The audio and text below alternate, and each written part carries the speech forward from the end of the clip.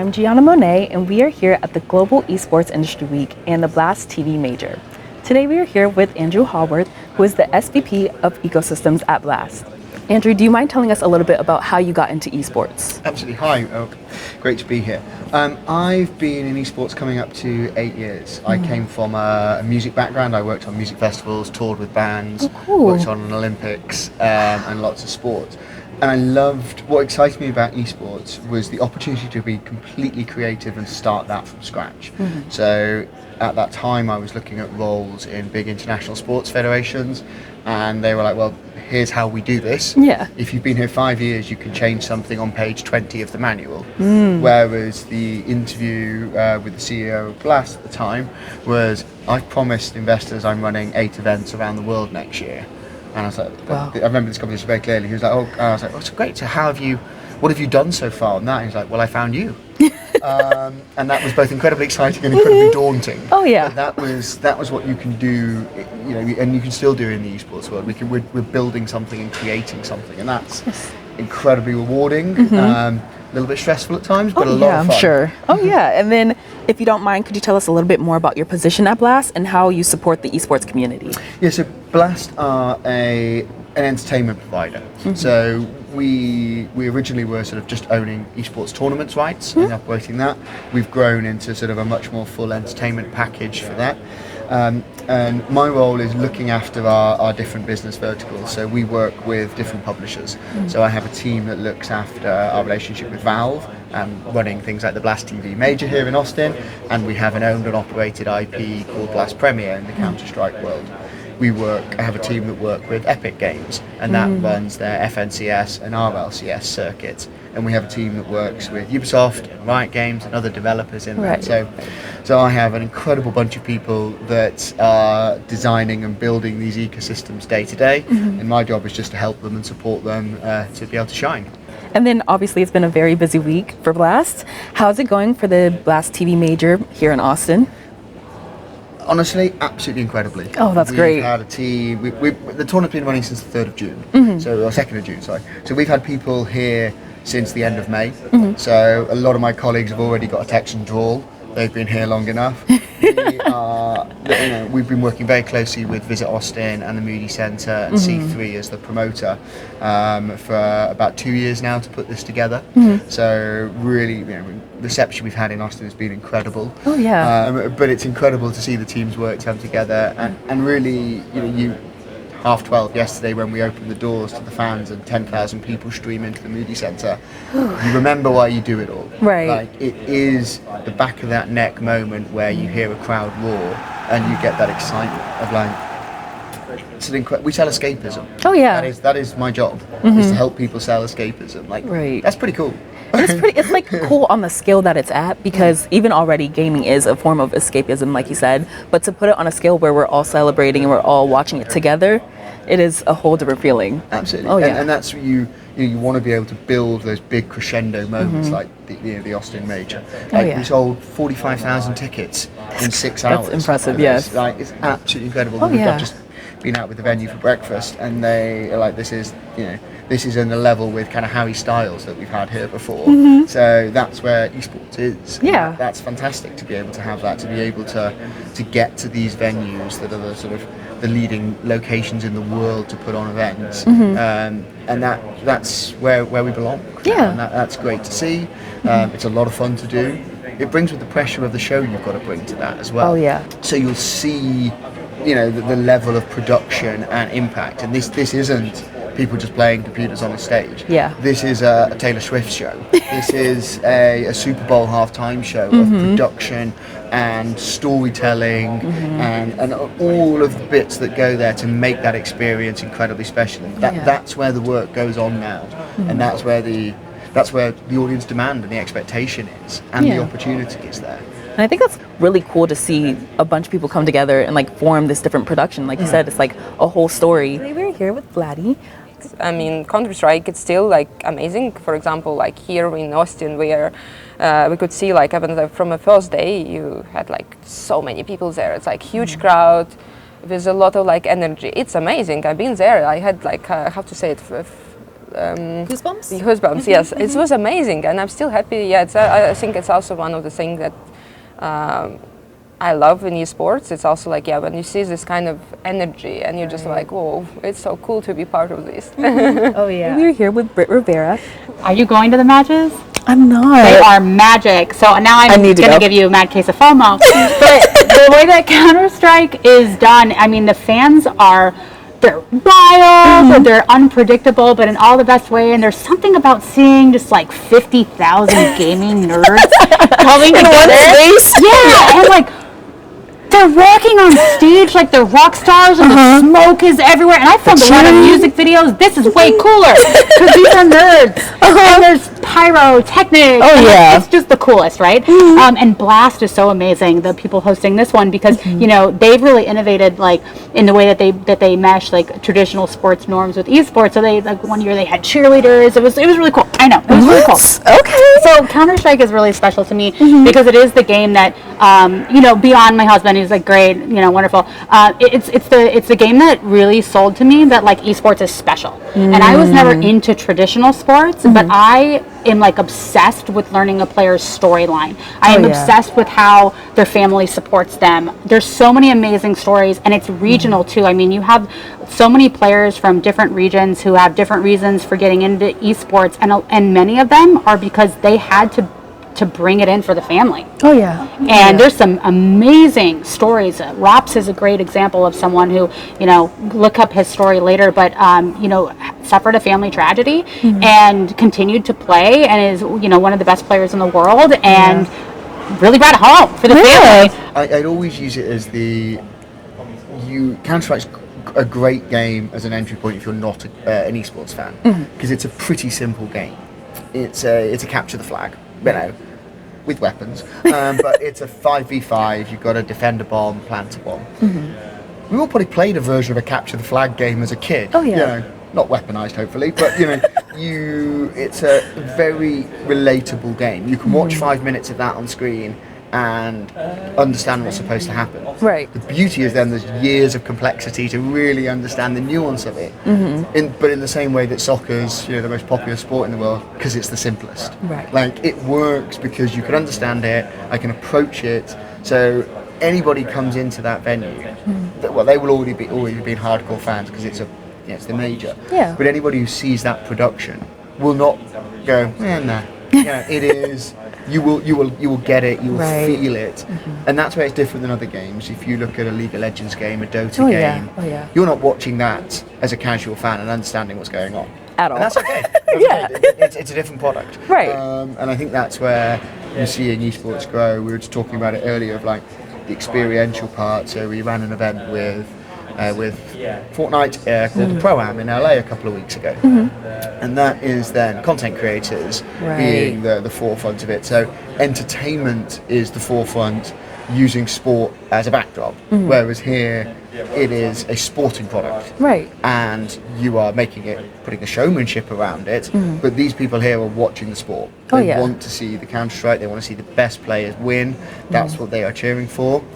The Pro-Am event is a gaming entertainment property, and that's cool. Right. There's different things that work better for different developers, work better for different audiences, and that's what's lovely to see that grow, and I think we'll see more of that over the next couple of years.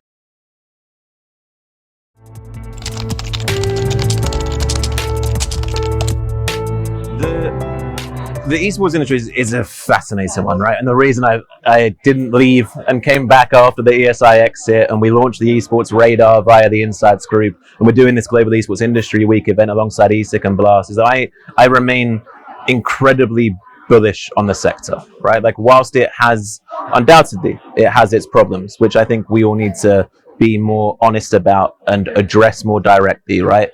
It remains an incredibly exciting space. It's one that we're here in Austin, right?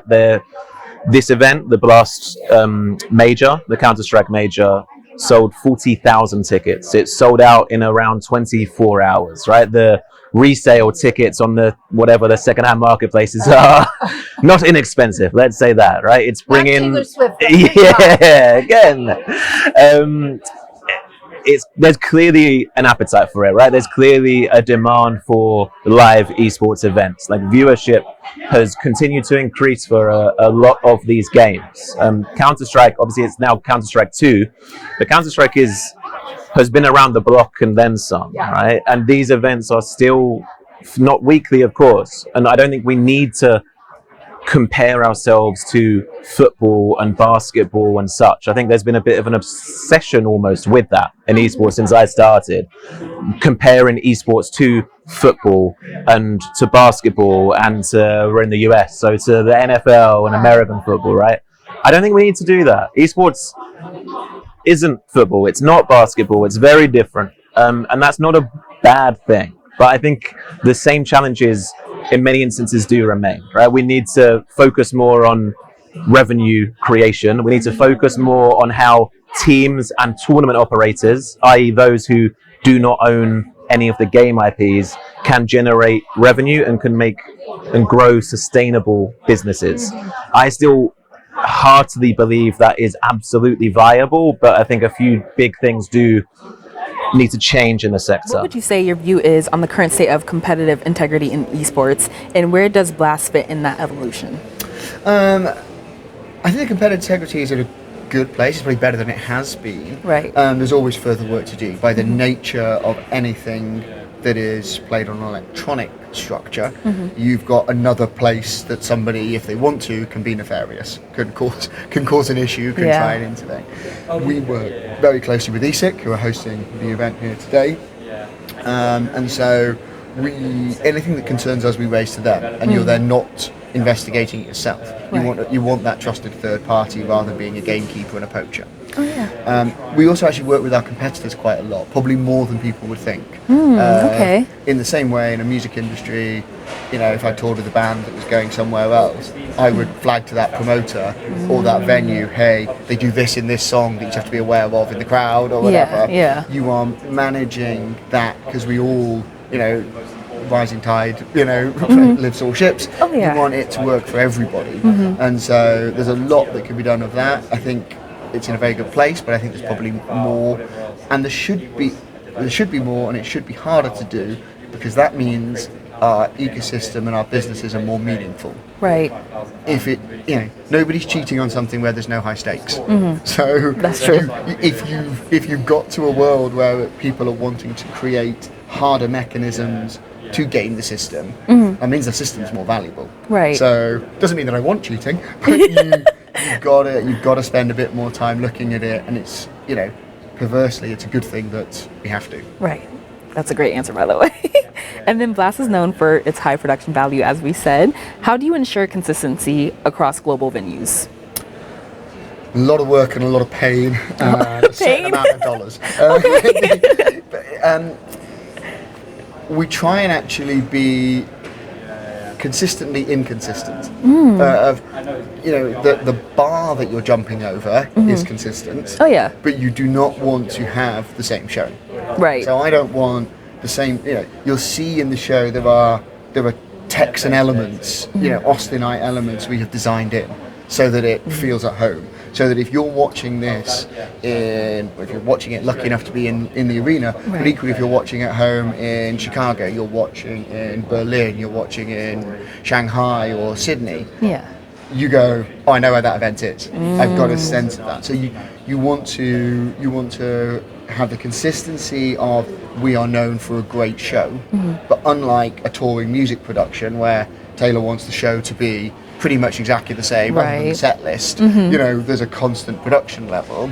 We want that to be to vary and to differ. So the way we introduce the players is different in each time, because it's like, well, people have seen that from us. The trophies we create, are different. You want to build different storylines so that people keep coming back for more. Of course, and I think that's what makes it so exciting about these events is like, I'm always seeing something new. Because even with music shows, even though people do go to them multiple times, it's cool with esports because it's like you're getting like these new looks, new like production values every time you go, and then on top of that, it's like it brings you into the story, it brings you into the players as well. And so I think that's really, really cool.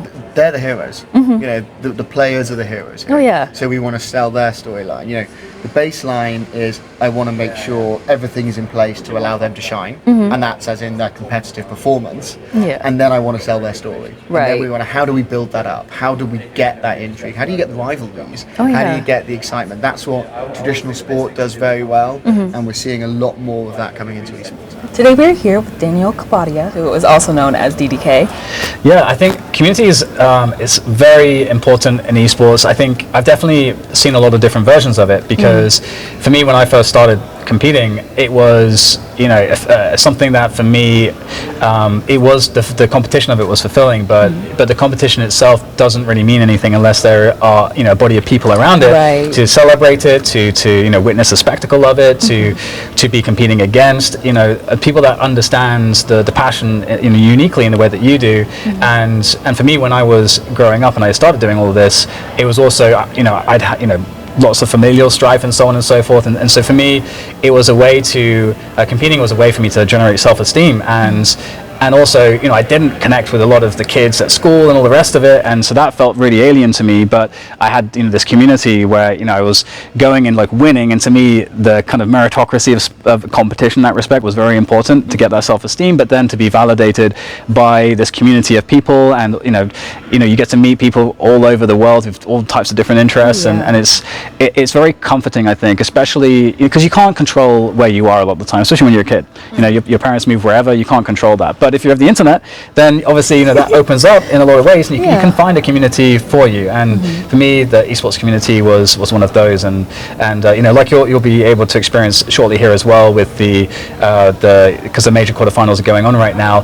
The gaming community that turn up to these events are always amazing. The fans are great. Like it's you never really get any. You don't get like these. It's not like football fans. Nothing against football fans. Also really nice ones, but you don't have that culture of like, rowdiness in like a negative sense, where people get too drunk and like fights happen and just things get messy. The fans like really love the game, and you can really feel the passion. And it's really cool for me, especially as a final note, because I was really there right from before it was a thing, and so seeing it from right before it was a thing, and then being able to take part in kind of delivering through the microphone my passion and of what's going on to these arenas where there's thousands of people in the arena, and I'm like, oh, these people are all connecting over the same thing as me, and it's really cool. Where do you see the future of esports going? I think we will get we see much more regional diversity now. So we've got a studio we just built in Malta. We're building in Malta. We've got a multi-year relationship with Singapore. We've got a multi-year relationship with Texas, where from a Blast side, it's great that we have multi-titles under our belt. So we're the equivalent of a city that would have had to speak to the UCI to bring in cycling, or the NBA to bring in basketball, and then IAAF to bring in athletics. They speak to Blast, and we can access all of esports for them. Oh, that's so nice. That adds a huge amount of value to that, and I think you'll see more experiential. So you'll see, the true competitive sporting events, CS Major, Dota TIs, and you'll see then Fortnite Pro-Am, some of the Pokemon stuff, more mobile gaming come in. You'll see something that is, I'm going to a gaming entertainment event rather than I'm going to a sporting competition. And I think you'll see that grow as well. Oh yeah, of course. And I think it's just really cool that there is just more diversity when it comes to the options, the different events that you can attend. And it's also nice because it makes it more accessible for those who, probably don't have as many events in their town, or it's like they don't get to see it as often. So they can just access it through these different, venues. The first thing I think that I want for esports is I definitely want there just to be more stability, less volatility. I think one of the big issues that we have in the space is that the teams and the tournament organizers as well don't have the same avenues to make revenues as we do in traditional sports, with people don't buy merch in the same way, you don't sell tickets in the same way, you don't sell broadcast rights in the same way, and these are some of the biggest ways that teams and the tournaments will make money. And so we don't really have that, and also the audience isn't really willing to pay for stuff in general. They're not willing to pay for a pass to access all the games and so on. So we're in kind of a tricky spot where that monetization hasn't really been figured out, and we recently experienced a sort of bursting of the bubble where again, if you look at esports, the growth is unbelievable. It's it's crazy how many people are doing it, and so you had a lot of venture capital that get flooded into the market, and a lot of that venture capital got just completely destroyed and burned, and so that really, I think, has now scared off a lot of potential future investors. So we just need smarter money. We need better and more innovative business solutions, I think. Is there a game that happens to be your favorite, or a game that has impacted you throughout your life? I have to say Counter-Strike, because I am not a gamer as a player. I wasn't as a kid massively, unless I'm going into like sort of like some awful old Sega Mega Drive games. But I would say I joined when I was looking at other sporting jobs. I joined, we were running a tournament in Istanbul, and I sort of about to open doors. I was like, I'm either gonna go, this just isn't for me, and I was like, I'll watch the first 5 minutes of the match, then I'll go back to the office and get on with some work. And I didn't move from my seat for 4 hours. Wow. I go like, this is awesome. I get this, and so it will always be. That was my gateway drug. Yeah, and I feel like it's important. Sometimes it's like it's not even about playing the game; it's the feeling that you get when seeing it. So I definitely understand, because I do spend a lot of time watching a lot of gamers and just watching them like create this environment. It's like very inviting. So I understand that feeling. Cool. And is there anything that you would like to add, or anything that you want to point out? No, everyone should just tune into the Austin Major at Blast TV. Of course, yeah. And thank you so much for interviewing with us. That's Thank it. you very much. Thank you, man. Lovely to meet you.